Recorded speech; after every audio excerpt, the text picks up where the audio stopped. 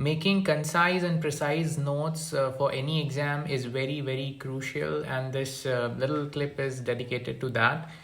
Whenever you read a book, read it like you don't have to read it ever again, with 100% concentration, and reduce the book into keywords, into few pages.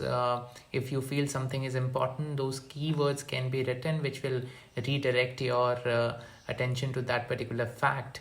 And also, if there are some good quotes, quotations you want to keep them noted somewhere, so that you don't have to read the book again ever. Once you are done reading a book for a particular topic, as I said, don't repeat it. Go for some different book, because it will give you different perspectives and some incremental addition on your repository of knowledge also. So whenever you are repeating a topic or revising a topic, go for a new book, because the older one, if you have made good short notes and you have noted down the keywords, no need to read it again and again. So go for a new book every time. When you're going for different books for the same topic, the level also has to be in a particular order. First, start with the most basic book. That is why in UPSC we say go for NCRT. So that gives you the basics, that gives you the foundation. Then you can go with the bigger ones, the proper ones. And then once you are done with the conceptual clarity of these detailed books on those topics, then you can go for coaching materials, for other concise and precise materials, because essentially they are facts. And if you straightforward start with facts, it will be difficult to understand and remember things. So first go with the basic knowledge, then go with conceptual clarity, and then with fact-based revision.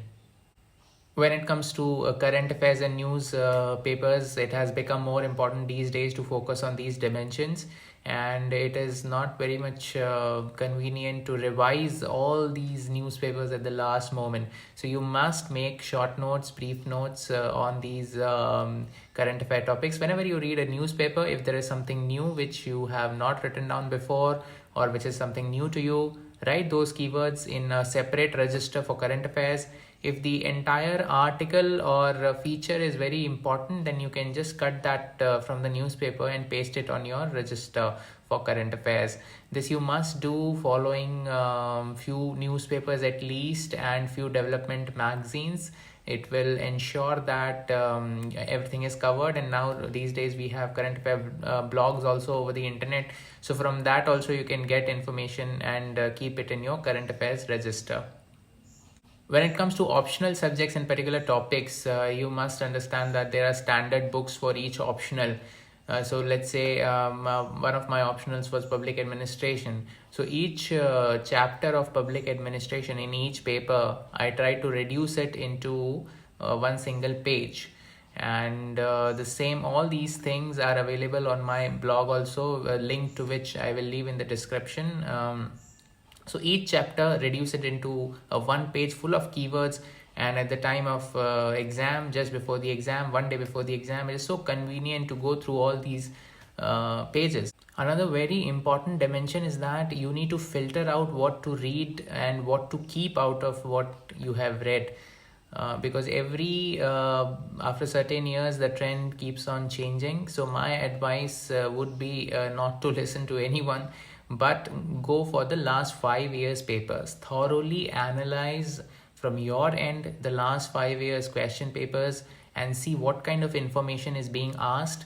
Try to focus your reading more on these topics, and then after that, if you feel these are important facts, then you can make short notes and use keywords and other things and reduce it to a very small portion.